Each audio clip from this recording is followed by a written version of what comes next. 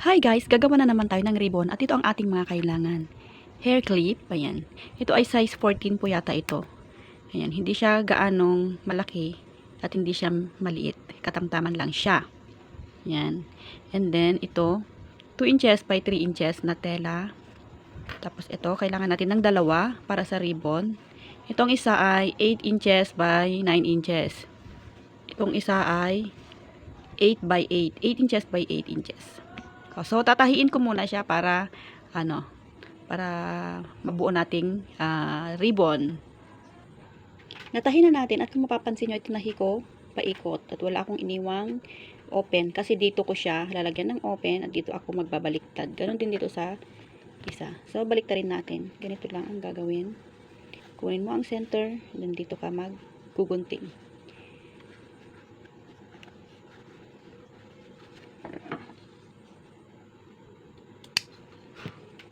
Yan, dito tayo magbabaliktad.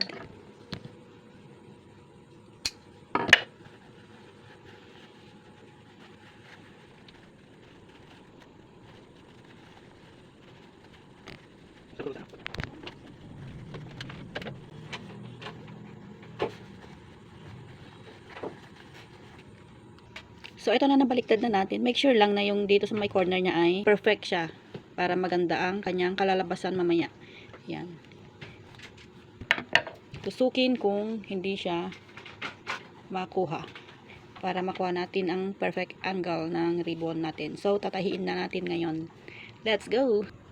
So, ganito lang siya and then tahiin natin dito sa gitna.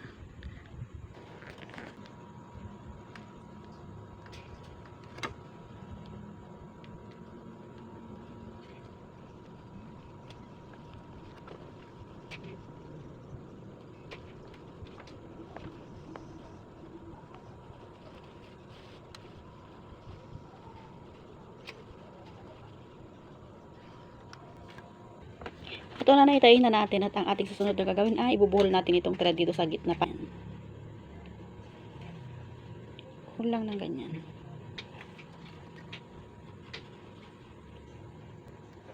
Ito na ang ating ribbon at ilalagay na natin yung dito sa gitna niya. Ayan. Malapit na tayong matapos. O, see, di ba? Ayan. Ang next naman, ilalagay na natin itong hair clip dito sa likod niya. Ididikit natin ng glue stick. Yan. But before that, tanggalin natin ito. Kasi, didikit natin yan dito siya. Tapos, igaganyan natin ito. Ganyan. Ganyan siya. So, ididikit lang natin ng glue gun. Glue stick. Ididikit natin ng glue stick. Ganyan siya. Yan. Mamaya makikita nyo yung finished product natin. Ayan, nailagay na natin at ilagay na rin natin itong nasa gitna. Ayan. Kung may label na tayo, pwede natin ilagay dito. Pero wala pa man tayong etiketa. Ayan. Hindi pa tayo nakapagpagawa ng ating pangalan. So, ayan. Ayan na. Tapos na ang ating ribbon. So, ito ang ating finished product. Ayan, ito na ang ating ribbon.